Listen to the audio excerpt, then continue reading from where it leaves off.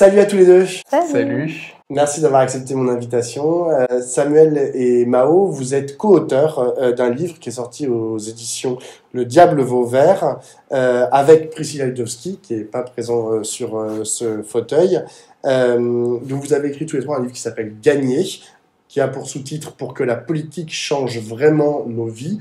En gros, c'est un espèce de petit manuel pour que, justement, on gagne. Alors, ma première question, elle est assez simple. C'est qui le « on » dans « on gagne » et qu'est-ce que ça veut dire gagner? C'est pas une question simple, c'est probablement la question la plus compliquée, mais on essaye de proposer une hypothèse de réponse à quel est le « on » qui doit gagner et qu'est-ce que ça veut dire gagner. Je commence par la fin de la question. Gagner, pour nous, c'est l'Élysée. Clairement, il y a ce postulat qu'on repropose de mettre à l'agenda, que les luttes, les mouvements sociaux, le mouvement climat, les mouvements antiracistes, féministes et les partis politiques se remettent dans la perspective de prendre l'Élysée, en acceptant cette réalité selon laquelle elle est au cœur aujourd'hui du pouvoir politique et démocratique de notre pays, qu'elle est à l'initiative de toutes les grandes réglementations et normes, et qu'elle produit à peu près en un quinquennat 3000 fois plus de réglementations que ce que les activistes arrivent à obtenir. Et c'est un chiffre qu'on propose justement au chapitre 1. Donc gagner pour nous, c'est se remettre dans cet esprit aussi de la vocation majoritaire, et donc de chercher un esprit de coalition et de rassemblement qui dépasse un peu nos habitudes d'opposition et de contestation. Ce « on », désormais, je l'ai un peu esquissé dans ma réponse là, mais pour nous, c'est une vaste alliance qui reconnaît qu'il y aura beaucoup de différences entre nous, beaucoup de diversité, beaucoup de désaccords, beaucoup peut-être de malentendus, mais qu'on va essayer de dépasser, à la fois dans une famille qu'on peut définir par la positive en disant celle qui lutte sur tous les fronts, celle qui est héritière de la gauche historique, mais qui dépasse aussi la gauche. Et puis c'est une famille qu'on peut définir par la négative, c'est-à-dire celle qui refuse le système ultralibéral capitaliste actuel, et qui, en alternative, ne croit pas non plus que le fascisme et le bloc identitaire soient une solution. Ce « on-là » est invité fortement par cet ouvrage à repenser de toute sa force, de toute son âme, de tout son cœur, à la conquête du pouvoir pour l'exercer et changer la vie des gens. Alors, dès le premier chapitre, vous dites que vous, votre objectif, c'est de gagner. D'ailleurs, votre vade-mecum, il est pour cet objectif-là, enfin, en vue de cet objectif-là. Néanmoins, vous dites tout le monde ne veut pas gagner. C'est-à-dire que vous excluez certaines personnes de votre champ qui, d'après vous, ne veulent pas gagner, c'est-à-dire ne veulent pas prendre le pouvoir à l'Élysée. Alors, on les exclut pas du champ, au contraire, on les invite très fortement à rejoindre cette grande famille. Ouais. Effectivement, si on a choisi ce terme de gagner et cette idée de la conquête et de redonner le goût de la victoire, notamment à la gauche, parce qu'il faut quand même appeler un chat, on parle à la gauche. C'est parce qu'on considère qu'il y a une certaine culture de la défaite quand même, notamment au sein des partis politiques à gauche aujourd'hui, qui préfèrent depuis quelques années obtenir certains sièges, des financements, mais rester dans un rôle assez confortable de l'opposition et de l'indignation, plutôt que de se mettre vraiment en ordre de marche pour gagner des élections ensemble. Et parfois ça donne lieu à des situations absurdes où on préfère perdre séparés, enfin divisés, que gagner ensemble, comme ça a été le cas aux européennes en 2019 et comme ça va probablement être le cas aux prochaines européennes, où certains partis vont pas réussir à faire 5%, alors qu'ils auraient peut-être obtenu 1 ou 2 sièges en étant sur une liste commune. Ce qu'on essaie de proposer aussi et de présenter, c'est, d'après nos observations dans les partis politiques qu'on a découvert assez tardivement dans nos parcours, en tout cas les 5-6 dernières années pour nous trois, que les cadres des partis ont des avantages psychologiques, moraux, symboliques et financiers à perdre. Et que ces avantages-là peuvent être compensés par un élan populaire qui nous ferait sortir de cette primo-vice en quelque sorte et donnerait un supplément d'âme, un surplus d'intérêt aux logiques de victoire. Mais juste pour rebondir sur ce que vient de dire Mao, en gros, on présuppose que pour gagner, il faut partir uni. C'est-à-dire que ça n'a pas toujours été la logique première à gauche. À d'autres moments, on disait, bon ben voilà, au premier tour de certaines élections ou à certaines élections tout court, on part avec des listes ou des candidats différents, mais à la fin des fins, en fait, on se réunit dans une coalition de gouvernement où ça fait la rue Michel et puis on arrive quand même à se réunir. Vous pensez que ce soit pour les européennes qui arrivent dans quelques mois, pour la présidentielle ou pour la législative, il faut que tout le monde parte sous la même bannière.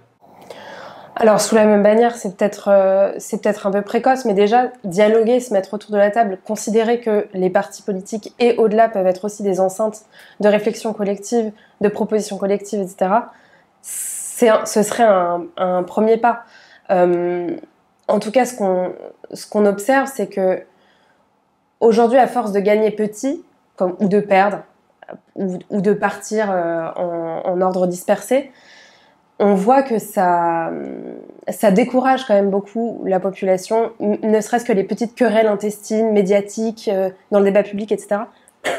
Ça décourage beaucoup la population de regarder vraiment ce qui se... Enfin, et légitimement, hein, de s'intéresser à la politique. Du coup, une première réponse, c'est quand même de montrer qu'on peut dialoguer de façon positive et effectivement, en tout cas, de construire un pôle avec comme l'a dit Samuel, avec un consensus exigeant au sein de ce pôle-là, mais pas forcément des dissensions en permanence qui sont parfois surjouées. Ce qu'on essaie de regarder dans l'ouvrage, c'est que les élections, elles ont une portée différente pour les électeuristes. Et notamment, il y a 2 grandes élections, d'après nous, qui sont abordables du point de vue du scrutin à liste à 2 tours, c'est les municipales et régionales, parce qu'elles sont designées pour qu'on puisse partir dispersé au premier tour et se retrouver au second. C'est la fameuse stratégie du râteau de Lionel Jospin qui a marché pendant un temps, mais qui n'a pas marché, la fameuse élection de 2002. La nouveauté des européennes, ça a été un argument qui est de dire c'est aussi un scrutin à liste, on pourra se retrouver à la Chambre. La nouveauté des européennes, c'est que c'est une seule circonscription nationale. Et que dans une période de très forte baisse de la participation des citoyennes et citoyens français, on a automatiquement une lisibilité qui change et qui se réduit. Donc pour les Françaises et Français, cette élection des européennes, ça va être un grand rendez-vous national. Il n'y aura qu'une seule élection sur des listes dont on va connaître quasiment que le numéro 1 pour la plupart de nos concitoyens.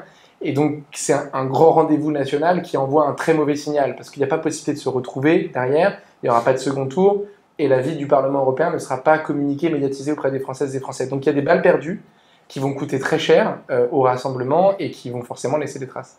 Et là, pardon, j'ajoute un dernier truc, c'est qu'il y a aussi une histoire de récit dans tout ça. Comme je disais tout à l'heure, il y a les dissensions internes montrées sur la place publique, ça décourage beaucoup les gens, ça les intéresse plus beaucoup. On l'a vu aussi pendant la réforme des retraites, quand les députés se tapaient dessus à l'Assemblée, ça saoulait les gens, quoi.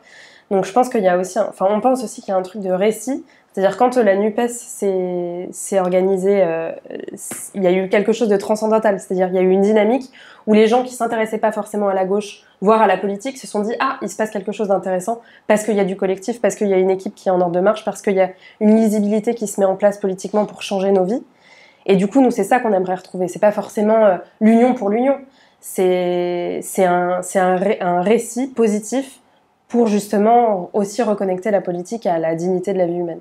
Oui, d'ailleurs, ça c'est assez intéressant parce que dans votre livre, vous parlez de la NUPES comme si ça existait encore. Je ne sais pas quand est-ce que vous avez terminé votre manuscrit, mais aujourd'hui, on est le 1er février.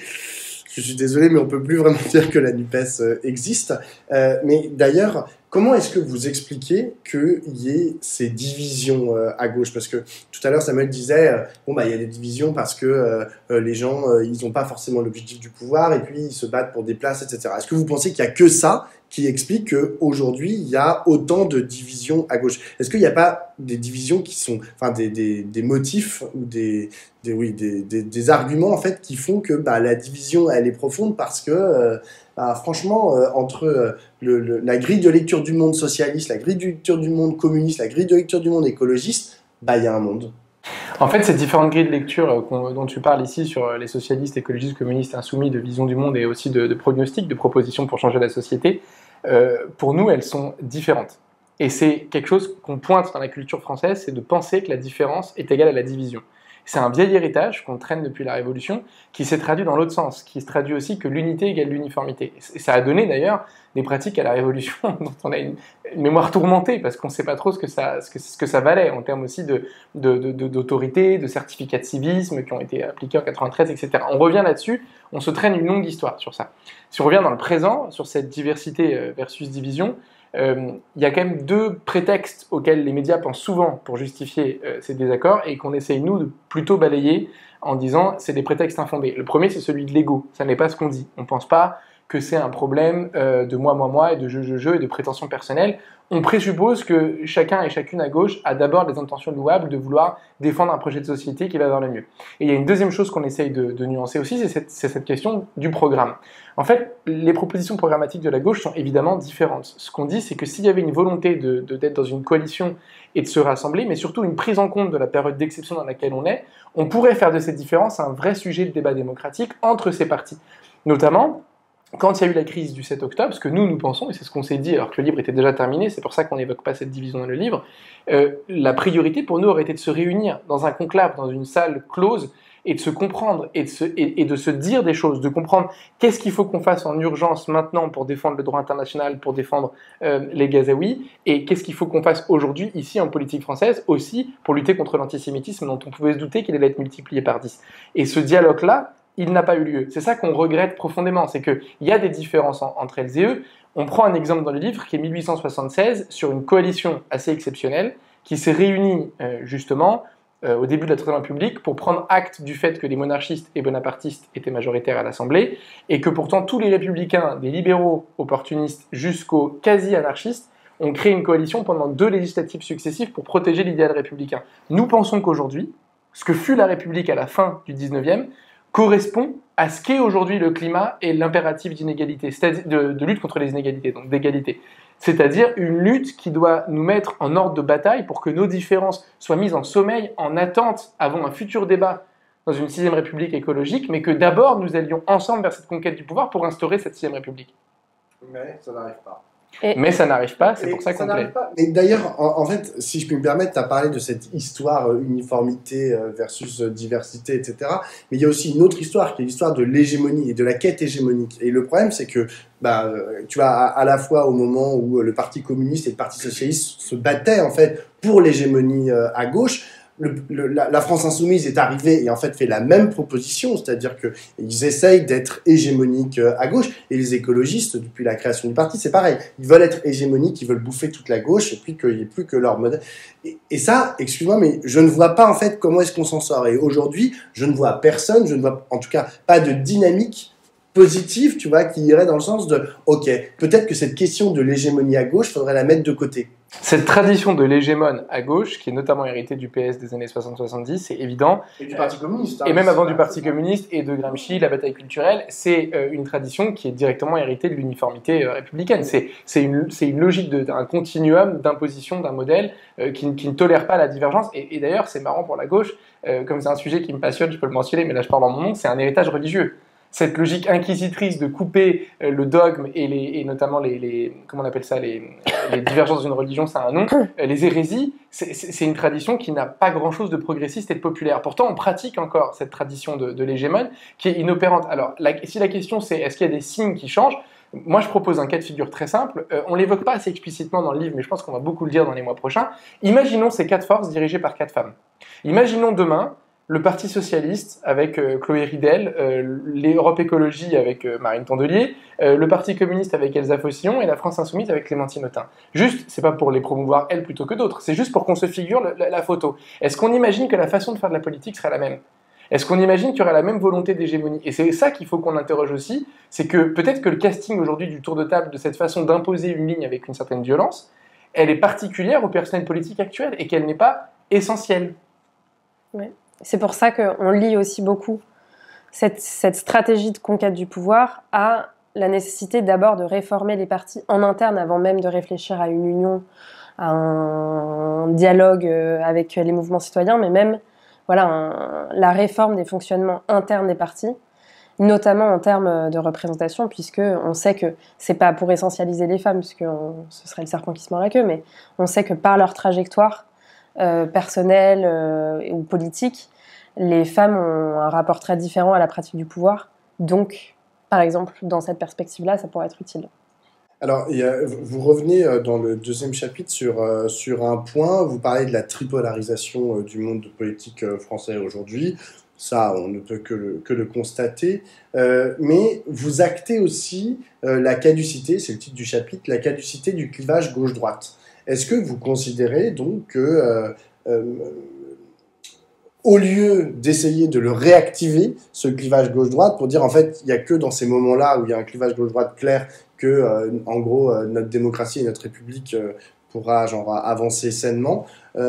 Vous pensez que dans la perspective d'une tripolarisation du champ politique, il peut sortir des choses intéressantes et saines. Moi, à titre personnel, je ne le vois pas comme ça. Moi, je pense qu'il faut réactiver le clivage gauche-droite. Ce qu'on acte, c'est qu'en effet, en tout cas, la gauche n'a pas pris encore acte de la façon aujourd'hui de se positionner pour quelqu'un déjà qui vote. Donc déjà, il y a plein de gens qui votent plus. Donc, mais pour quelqu'un déjà qui vote, il peut voter tantôt Mélenchon, tantôt Marine Le Pen, parfois à la même élection. Enfin, il n'y a pas cette histoire de part de marché dans sa tête, comme les partis politiques ont encore dans leur tête cette histoire de part de marché dans comme un continuum, quoi.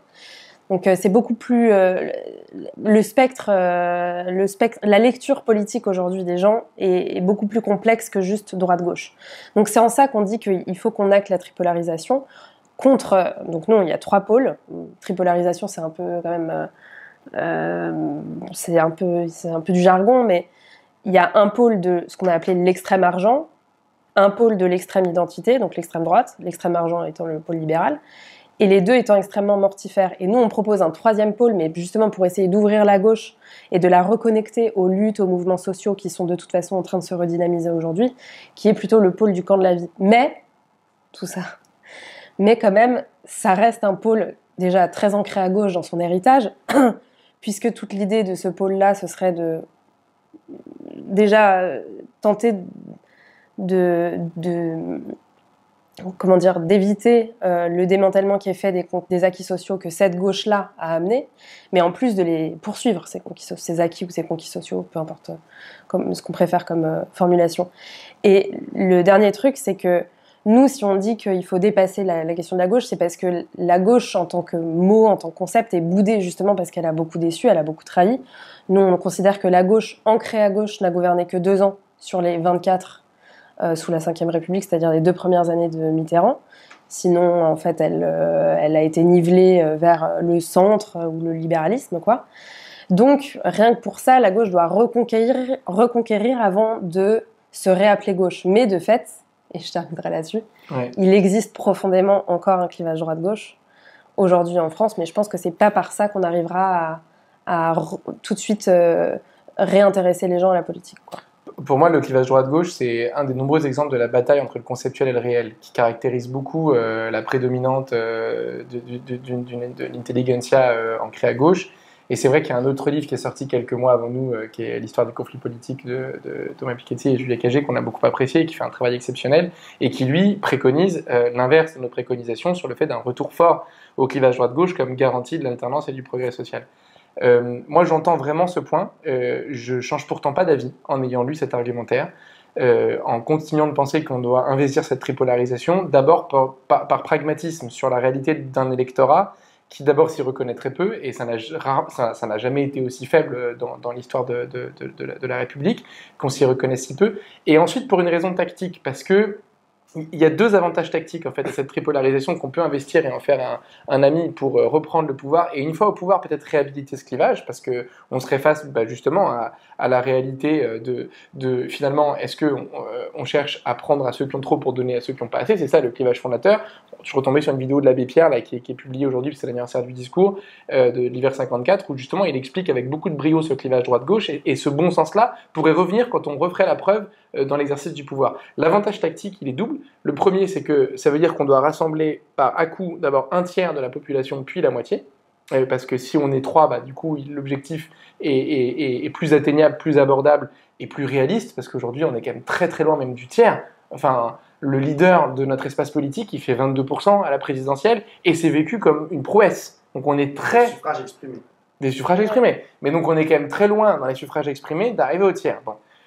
Ça c'est le premier intérêt, c'est de pouvoir y aller par échelon.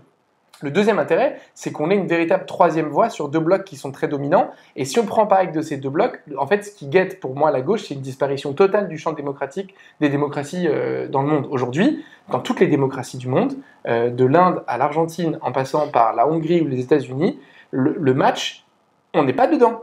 La finale, il n'y a plus du tout, notre équipe. C'est une finale entre le bloc capitaliste et le bloc identitaire. À tel point que la gauche doit se diluer dans chacun de ses camps, et c'est ce qu'elle a fait aussi en France, puisqu'il y a des gens qui prétendent être de gauche, qui roulent avec le bloc identitaire désormais, et des gens qui se prétendent de gauche, qui ont roulé pendant des années pour le bloc libéral.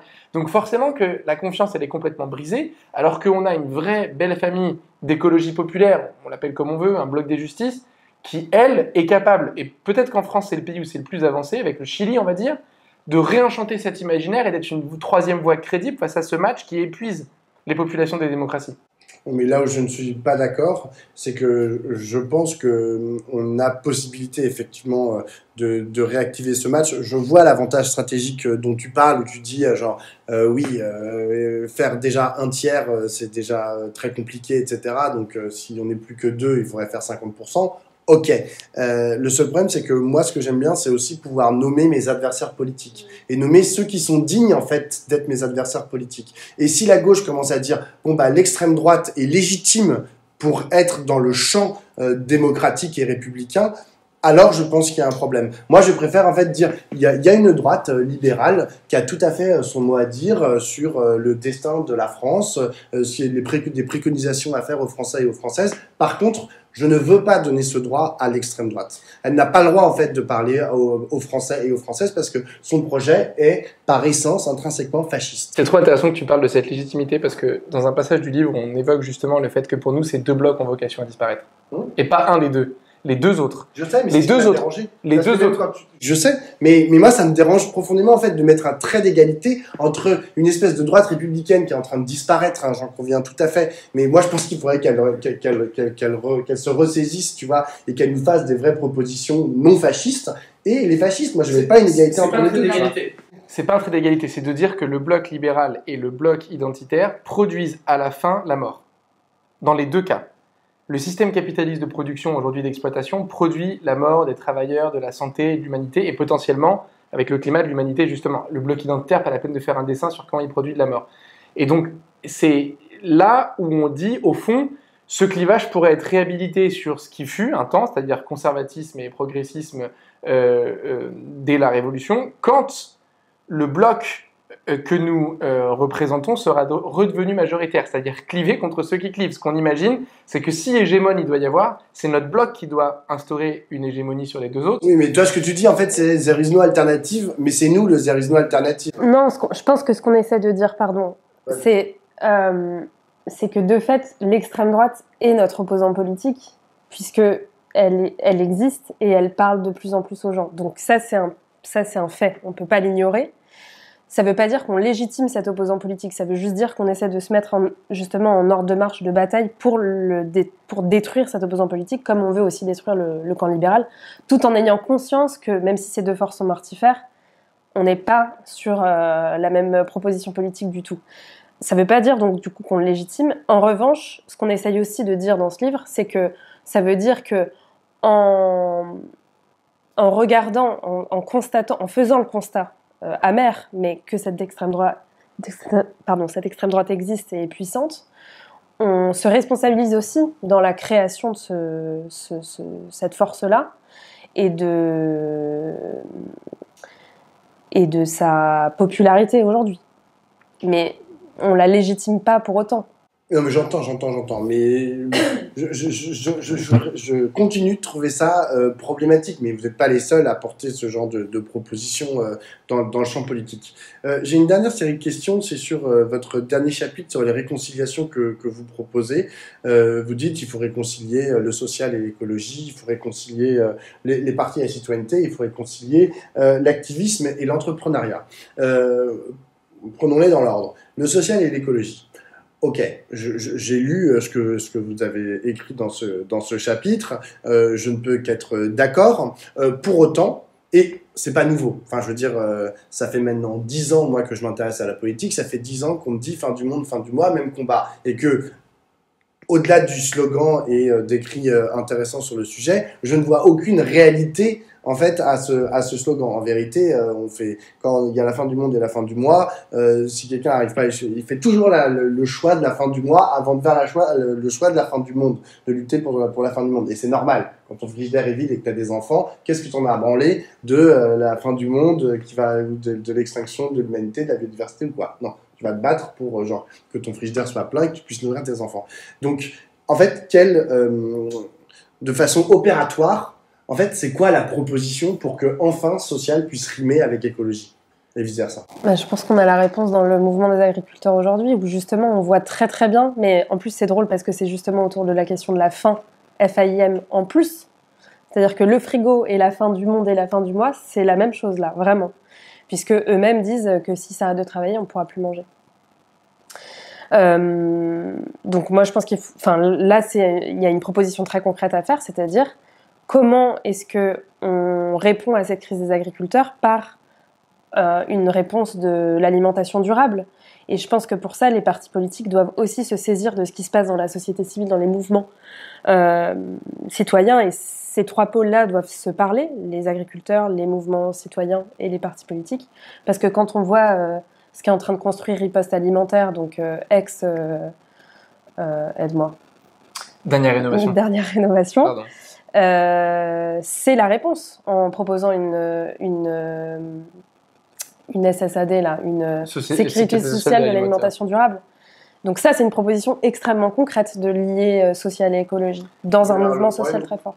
C'est intéressant que tu parles des agriculteurs parce que, moi, ce que j'entends de la part des agriculteurs et tout spécialement ceux qui sont mobilisés, c'est qu'il ne faut pas leur parler d'écologie, il faut encore moins leur parler de gauche. Et d'ailleurs, dans les mouvements, force est de constater que les mouvements de gauche, qu'ils soient syndicaux, associatifs ou politiques, ils n'étaient pas très présents, quoi. On s'en approchait pas parce qu'en fait, on ne sait pas leur parler. Les gens qui étaient mobilisés, je suis désolé, mais c'est pas nous. Et même d'aucuns considéraient qu'ils avaient des propositions. Ils étaient emmenés par l'extrême droite, par la coordination rurale, etc., ou la FNSEA, et que dans tous les cas, voilà, c'était l'extrême identité ou l'extrême argent. Donc tout ça, c'est cacaboudin et on préférait les laisser loin. Hein. La gauche n'était pas dans ces mouvements. Hein. J'ai pas vu ce qui s'est passé pour les gilets jaunes, par exemple, où en fait, il y a eu un temps où la gauche se dit qu'est-ce que c'est ce truc, et puis hop, immédiatement, très rapidement, elle y est allée, tu vois, même si elle savait pas ce que c'était. Là, on est resté complètement dehors. Pas si rapidement et pas si entièrement. Dans la temporalité, je pense qu'on va avoir à peu près, d'ailleurs, on fait le parallèle tout le temps avec les gilets jaunes. Et puis, je trouve que, je sais pas, moi, j'ai vu quelques vidéos quand même de gens qui prenaient la parole. Boris Vallaud, qui en a quand même longuement parlé. Donc quand même, et puis il essaie de se rapprocher, puis lui-même vient d'un territoire agricole. Flora Gebali, qui est en train de monter carrément un parti des agriculteurs écologistes, là, en ce moment, sur les barrages. Donc, bon, ça reste anecdotique pour l'instant. Mais je ne sais pas si vous avez déjà essayé de parler d'écologie avec des agriculteurs. Moi, j'en ai dans ma famille. Putain, c'est chaud, hein. Tu leur dis écologie, ils font semblant de vomir et ils te disent Sandrine Rousseau, cacaboudin, tu vois. Donc c'est compliqué, hein.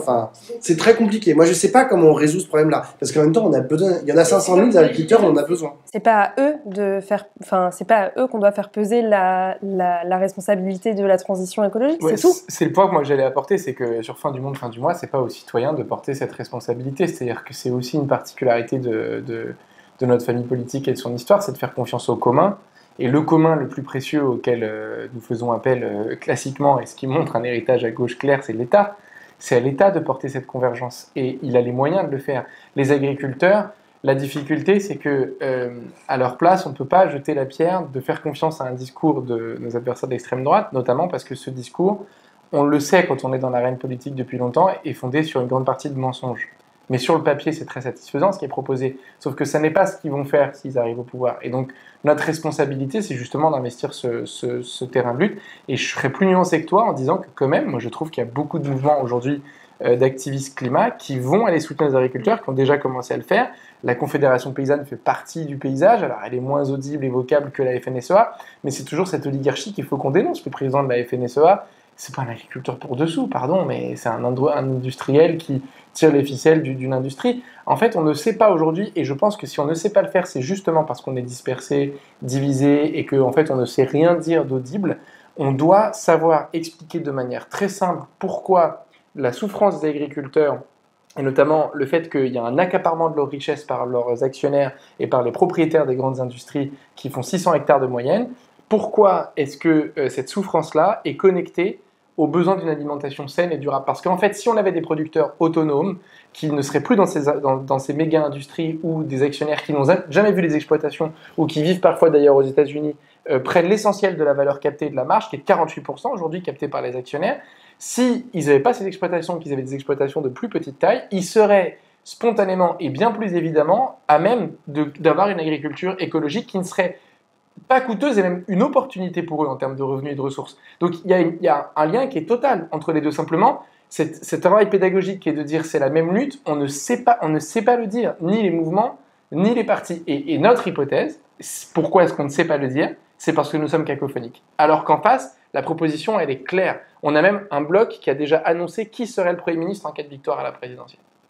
Dernière question, c'est le dernier sous-chapitre de votre livre. J'en parlais tout à l'heure. Le lien entre activisme et entrepreneuriat. Qu'est-ce que c'est que ce truc? Je te laisserai voir là. Ouais, nous, on a une histoire en partie commune tous les trois, c'est la rencontre des justices, qui a été en partie à l'origine de la Préem populaire, à l'été 2020, et qui est un postulat assez simple, qui est de dire que dans notre génération, donc ce qu'on a appelé la génération Y, les trentenaires aujourd'hui, qui étaient encore en fin de transition à ce moment-là, il y a 4 ans, il y a deux grandes façons de préfigurer le monde demain. Il y a une première qui est par l'économie sociale et solidaire, et notamment l'entrepreneuriat social, avec des modèles qui sont clairement en dehors du capitalisme et de la production et du productivisme, et de l'accaparement des richesses par les actionnaires. On peut voir Make Sense cette semaine. Alizée Lezakmer, elle a fait un statut où elle réexplique, après avoir été classée dans les Échos dans le top 35 des jeunes leaders positifs, pourquoi est-ce que le modèle économique qu'elle propose avec Make Sense est en dehors de ce système-là. Et donc ça, c'est une façon de préfigurer le futur. Et puis il y a un autre modèle de préfiguration qui est l'activisme dans notamment la lutte, évidemment, et dans le conflit, en étant lucide sur le fait que si on peine à ce point à obtenir des résultats, c'est qu'il y en a qui ne veulent pas qu'on gagne, et que donc du coup on doit rentrer en conflictualité avec eux, parfois le gouvernement, parfois les ultra-riches, parfois les propriétaires, etc. Aujourd'hui, ce qu'on constate, c'est que si le modèle de société à la fin c'est le même, le médium pour y parvenir est très difficile, et qu'il y a un jugement mutuel qui est très fort, très très fort. Les activistes vont juger les entrepreneurs plutôt suppôts du libéralisme, complices et parfois hérités d'une culture américaine de la Startup Nation, et les entrepreneurs vont juger les activistes inopérants, incapables de gérer un modèle économique et en dehors du réel. Ces deux préjugés sont complètement faux. Complètement faux. Et ça, c'est notre conviction profonde, c'est que le stéréotype des activistes n'est pas basé sur qui ils sont vraiment, et le stéréotype des entrepreneurs sociaux non plus. Et que si on arrivait à une convergence forte entre ces deux grandes lames de fond de notre génération, on aurait un impact qui serait décuplé. Bah oui. Le mot de la fin. Mais il est plus général, moi, le mot de la fin. Non, c'est juste que vraiment, il faut qu'on gagne d'une manière ou d'une autre, parce que moi, je trouve qu'on a un peu la gauche la plus conne du monde en ce moment, mais vraiment. On a l'équipe, quand je vois, pour ne parler que de quelques députés, de Marie-Charlotte Garin, à Rachel Keke, à Clémentine Autain, à Boris Vallaud, enfin, je suis fière de tous ces... Enfin, moi, je suis fière de tous ces gens. Je les trouve géniaux, tous et toutes. On a le programme, quand même, on n'en a pas parlé, mais on a 650 propositions sur lesquelles on a été d'accord et on peut les porter, et elles sont pertinentes, elles sont légitimes. Elles ont été signées, quoi, par tout le monde. On a une opposition qui est, tu l'as dit toi-même, hyper identifiée. On n'est plus dans le nébuleux de 2017. Là, c'est extrêmement clair, l'opposition qu'on a. Bref, on a tout pour gagner. Et juste, on attend que de s'y mettre, quoi. Donc, d'où la proposition du livre. Bah, j'espère que ça trouvera un écho et que, derrière, il en découlera des propositions victorieuses. Merci à tous les deux. Merci.